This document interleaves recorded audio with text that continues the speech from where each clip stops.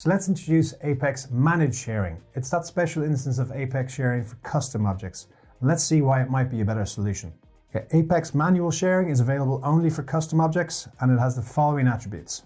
So our share reasons, our row cause, can be customly defined by a developer or even by an admin. And as long as these row causes are defined as something other than manual, these share records are not removed when record ownership changes or when the org-wide defaults go to public rewrite. Also, an admin or developer can recalculate the Apex sharing and full access can be granted.